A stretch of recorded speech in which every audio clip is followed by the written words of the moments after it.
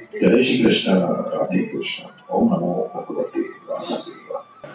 पीछे के दो श्लोक में संसार वृक्ष का जो वर्णन किया गया है उसका प्रयोजन क्या है, इसको भगवान आगे के श्लोक में बताते हैं। इसी अध्याय के पहले श्लोक में संसार वृक्ष के विषय में कहा गया है कि लोग इसको अव्यय अविनाशी कहते हैं और शास्त्रों में भी वर्णन आता है कि सकाम अनुष्ठान करने से लोक परलोक में विशाल भोग प्राप्त होते हैं। ऐसी बातें सुनकर मनुष्य लोक तथा स्वर्ग लोक में सुख, रमणीयता और स्थायीपन मालूम होता है। इसी कारण अज्ञानी मनुष्य काम और भोग के परायण होते हैं और इससे बढ़कर कोई सुख नहीं है, ऐसा उनका निश्चय हो जाता है। जब तक संसार से तनाव में ममता और कामना का संबंध है तब तक ऐसा ही प्रतीत होता है। परंतु भगवान कहते हैं कि विवेकवती बुद्धि से संसार से अलग होकर अर्थात संसार से संबंध विच्छेद करके देखने से उसका जैसा रूप हमने अभी मान रखा है वैसा उपलब्ध नहीं होता, अर्थात यह नाशवान और दुख रूप प्रतीत होता है। किसी वस्तु के आदि, मध्य और अंत का ज्ञान दो तरीके से होता है, देशकृत और कालकृत। इस संसार का कहां से आरंभ है, कहां मध्य है और कहां अंत होता है, इस प्रकार से संसार के देशकृत, आदि, मध्य, अंत का पता नहीं है और कब से इसका आरंभ हुआ है, कब तक यह रहेगा और कब तक इसका अंत होगा, इस प्रकार से संसार के काल, आदि, मध्य, अंत का भी पता नहीं है। मनुष्य किसी विशाल प्रदर्शनी में तरह तरह की वस्तु को देखकर मुक्त हुआ घूमता रहे तो वह उस प्रदर्शनी का आदि अंत नहीं जान सकता। उस प्रदर्शनी से बाहर निकलने पर ही वह उसके आदि और अंत को जान सकता है। इसी तरह संसार से संबंध मानकर भोगों की तरफ वृत्ति रखते हुए इस संसार का आदि और अंत कभी जानने में नहीं आ सकता। मनुष्य के पास संसार के आदि और अंत का पता लगाने के लिए जो साधन, इंद्रियां, मन और बुद्धि है वे सब संसार के ही अंश है। यह नियम है कि कार्य अपने कारण में विलीन तो हो सकता है पर उसको जान नहीं सकता। जैसे मिट्टी का घड़ा पृथ्वी को अपने भीतर नहीं ला सकता, ऐसे ही व्यष्टि, इंद्रियां, मन, बुद्धि समष्टि संसार और उसके कार्य को अपनी जानकारी में नहीं ला सकते। अतः संसार से, मन, बुद्धि, इंद्रियों से भी अलग होने पर ही संसार का स्वरूप स्वयं के द्वारा ठीक ठीक जाना जा सकता है। वास्तव में संसार की स्वतंत्र सत्ता है ही नहीं, केवल उत्पत्ति और विनाश का क्रम मात्र है। संसार का यह उत्पत्ति विनाश का प्रभाव ही स्थिति रूप से प्रतीत होता है। वास्तव में देखा जाए तो उत्पत्ति भी नहीं है, केवल नाश ही नाश है। जिसका स्वरूप एक क्षण भी स्थायी न रहता हो, इसे संसार की प्रतिष्ठा स्थिति कैसी? संसार में अपना माना हुआ संबंध छोड़ते ही उसका अपने लिए अंत हो जाता है और अपने वास्तविक स्वरूप अथवा परमात्मा में स्थिति हो जाती है। इस संसार के आदि, मध्य और अंत का पता आज तक कोई वैज्ञानिक नहीं लगा सका और नहीं लगा सकता है। संसार से संबंध रखते हुए अथवा सांसारिक भोगों को भोगते हुए संसार के आदि, मध्य और अंत को ढूंढना चाहे तो कोल्लू के बेल की तरह उम्र भर घूमते रहने पर भी कुछ हाथ नहीं बनता। वास्तव में इस संसार के आदि, मध्य और अंत का पता लगाने की जरूरत भी नहीं है। जरूरत संसार से अपने माने हुए संबंध का विच्छेद करने की। संसार अनादि शांत है या अनादि अनंत है अथवा प्रतीति मात्र है इत्यादि विषयों पर दार्शनिकों में अनेक मतभेद हैं, परंतु संसार के साथ हमारा संबंध असत है जिसका विच्छेद करना आवश्यक है। इस विषय पर सभी दार्शनिक एक मत है। संसार से संबंध विच्छेद करने का सुगम उपाय है संसार से प्राप्त मन, बुद्धि, इंद्रियां, शरीर, धन, संपत्ति आदि संपूर्ण सामग्री को अपनी और अपने लिए न मानते हुए अब उसको संसार की सेवा में लगा देना। सांसारिक स्त्री, पुत्र, मान, बड़ाई, धन, संपत्ति, आयु, निरोगिता आदि कितने ही प्राप्त हो जाए, यहाँ तक कि संसार के समस्त भोग एक ही मनुष्य को मिल जाए तो भी उनसे मनुष्य को तृप्ति नहीं हो सकती। क्योंकि जीव स्वयं अविनाशी है और सांसारिक भोग नाशवान है। नाशवान से अविनाशी किससे तृप्त हो सकता है? संसार को सुविरूढ़ मूलम कहने का तात्पर्य है कि तदाम में ममता और कामना के कारण यह संसार प्रतिष्ठा रहित होने पर भी दृढ़ मूलों वाला प्रतीत हो रहा। व्यक्ति, पदार्थ, क्रिया आदि में राग ममता होने से सांसारिक बंधन अधिक से अधिक दृढ़ होता चला जाता है। जिन पदार्थों व्यक्तियों में राग ममता का घनिष्ठ संबंध हो जाता है उनको मनुष्य अपना स्वरूप ही मानने लग जाता है। जैसे धन में ममता होने से उसकी प्राप्ति में मनुष्य को बड़ी प्रसन्नता होती है और मैं धनवान हूं ऐसा अभिमान हो जाता है। धन के नाश से वह अपना नाश समझने लगता है, मानने लग जाता है। लोभ बढ़ने से धन की प्राप्ति के लिए वह अन्याय, पाप आदि न करने लायक काम भी कर देता है। फिर इतना लोभ बढ़ जाता है कि उसके भीतर यह दृढ़ निश्चय हो जाता है कि झूठ, कपट, बेईमानी आदि के बिना धन कमाया ही नहीं जा सकता। उसे विचार ही नहीं होता कि पाप से धन कमाकर मैं यहाँ कितने दिन ठहरूंगा।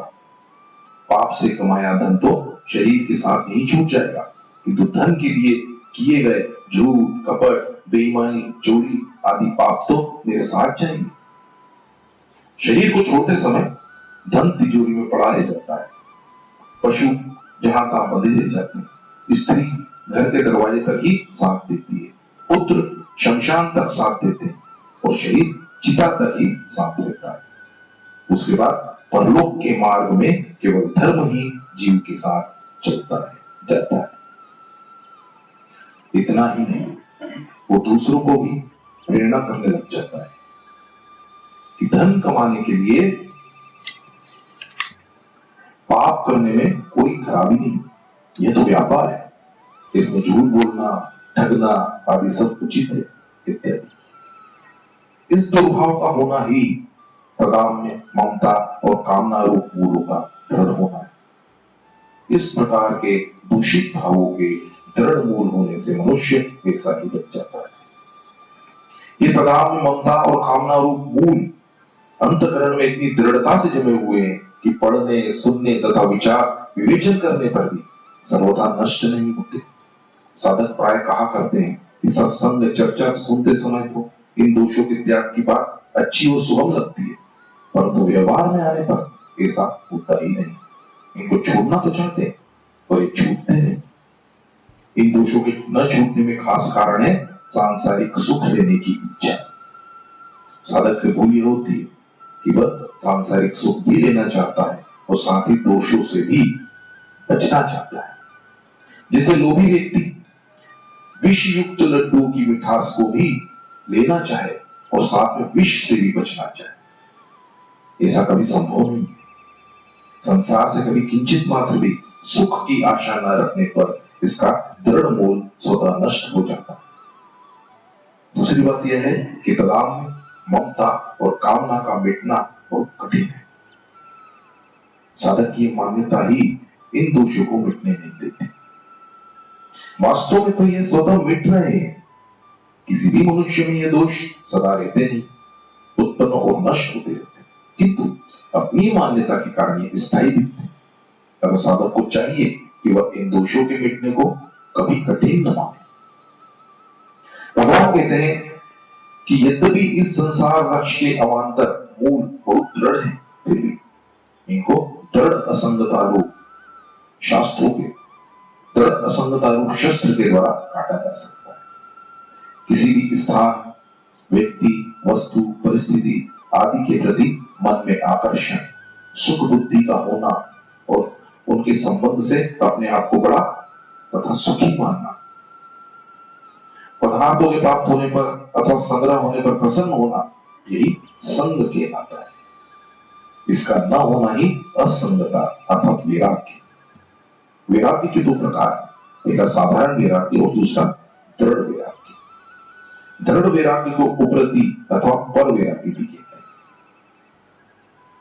वैराग्य के अनेक रूप हैं जो इस प्रकार हैं। पहला वैराग्य धन, मकान, जमीन आदि पदार्थों से होता है।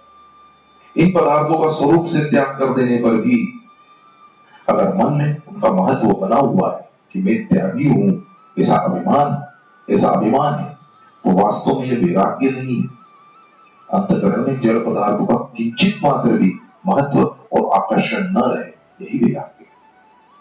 दूसरा वैराग्य अपने कहलाने वाले माता पिता स्त्री पुत्र भाई भौजाई आदि परिवार से होता है।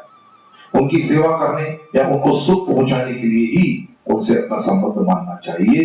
अपने सुख के लिए उनसे किंचित मात्र भी अपना संबंध न मानना ही बंधु बांधवों से वैराग्य।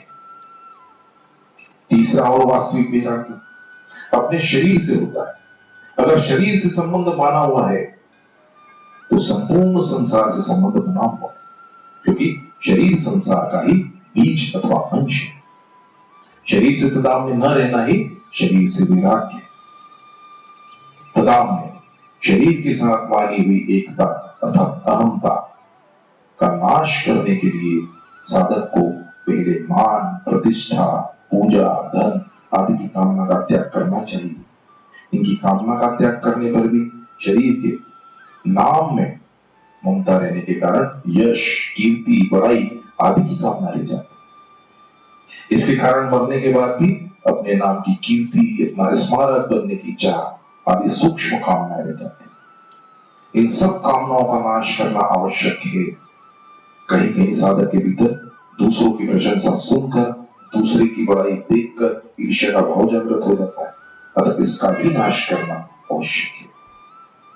उपयुक्त कामनाओं का नाश करने के बाद शरीर में ममता रह जाती है। यह ममता का संबंध मृत्यु के बाद भी बना रहता है।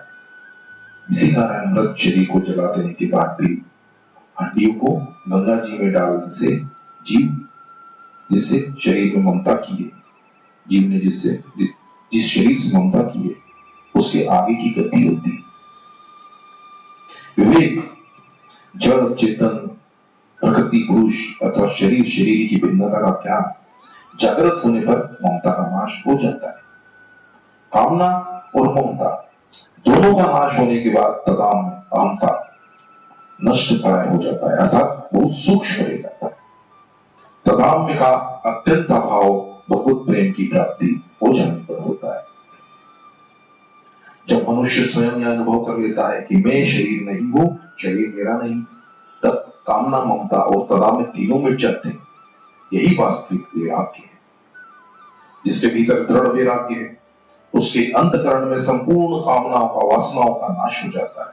अपने स्वरूप से विजातीय जड़ पदार्थ शरीर इंद्रियां मन बुद्धि आदि से किंचित मात्र भी अपना संबंध न मानकर सबका कल्याण हो, सभी सुखी हो, सब निरोगी हो, कभी किसी को किंचित मात्र भी दुख न हो, इस भाव का रहना ही दृढ़ वैराग्य का लक्षण है। सर्वे भवन्तु सुखिनः सर्वे सन्तु निरामयाः सर्वे भद्राणि पश्यन्तु मा कश्चित् दुःखभाग् भवेत्। यह मतलब इदम यह रूप से जानने में आने वाले सूक्ष्म स्थूल और कारण शरीर सहित संपूर्ण संसार को जानने वाला मैं अहम कहलाता है। यह मतलब जानने में आने वाला दृश्य और मैं मतलब जानने वाला दृष्टा कभी एक नहीं हो सकते, यह नियम है। इस प्रकार संसार और शरीर नष्ट होने वाले हैं और मैं स्वयं अविनाशी है। इस विवेक का आदर करते हुए अपने आप को संसार और शरीर से सर्वथा अलग अनुभव करना ही असंग शस्त्र के द्वारा संसार वृक्ष का छेदन करना है। इस विवेक को महत्व न देने के कारण संसार दृढ़ मूलों वाला प्रतीत होता रहता है। सांसारिक वस्तुओं का अत्यंत अभाव अर्थात सर्वथा नाश तो हो नहीं सकता, पर उसमें राग का सर्वथा अभाव हो सकता है।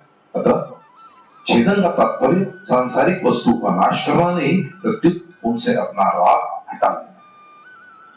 संसार से संबंध विच्छेद होने पर संसार का अपने लिए सर्वथा अभाव हो जाता है। इसे अत्यंतिक प्रलय भी कहते हैं, जो हमारा स्वरूप नहीं है तथा जिसके साथ हमारा वास्तविक संबंध नहीं है, उसी का त्याग छेदन होता है। हम स्वरूपतः चेतन और अविनाशी है एवं संसार जड़ और विनाशी है। अतः संसार से हमारा संबंध अवास्तविक और भूल से माना हुआ है। स्वरूप से हम संसार से असंग ही है। पहले से ही जो असंग है वही असंग होता है, यह नियम है। अतः संसार से हमारी असंगता स्वतः सिद्ध है। इस वास्तविकता को दृढ़ से मान लेना चाहिए। संसार कितना ही सुविमूल हो, उसके साथ अपना संबंध न मानने से वह स्वतः कट जाता है, क्योंकि संसार के साथ अपना संबंध है ही नहीं, केवल माना हो। अतः संसार के साथ अपना संबंध न मानने से उसका छेदन हो जाता है। इसमें साधक को संदेह नहीं करना चाहिए, चाहे आरंभ में व्यवहार में ऐसा दिखाई दे। जीव ने अपनी भूल से शरीर संसार से संबंध माना था, इसलिए उसका छेदन करने की जिम्मेवारी भी जीव पर ही है। अतः भगवान इसे छेदन की करने के लिए कह रहे हैं। संसार से संबंध विच्छेद करने के कुछ सुलभ उपाय बताए जा रहे हैं। पहला, कुछ भी लेने की इच्छा न रखकर संसार से प्राप्त सामग्री को संसार की सेवा में ही लगा देना। दूसरा, सांसारिक सुख मतलब भोग और संग्रह की कामना का सर्वथा त्याग कर देना। तीसरा, संसार के आश्रय का सर्वथा त्याग करना। चौथा, शरीर संसार से मैं और मेरापन को बिल्कुल हटा देना। पांचवा, मैं भगवान का हूं, भगवान मेरे हैं, इस वास्तविकता पर दृढ़ता से डटे रहना। छठवां, मुझे एक परमात्मा की तरफ ही चलना है, इसे दृढ़ निश्चय का होना। सातवां, शास्त्र विहित अपने अपने कर्तव्य कर्मों स्वधर्म का तत्परता पूर्वक पालन करना। आठवां, बचपन में शरीर, पदार्थ, परिस्थिति, विद्या, सामर्थ्य आदि जैसे थे वैसे अब नहीं है, अर्थात वे सब के सब बदल गए, पर मैं स्वयं वही बदलता नहीं। अपने इस अनुभव को महत्व देना। नवा, संसार से माने हुए संबंध का सत्ता भाव मिटाना। भगवान ने अपने विषय में कहा है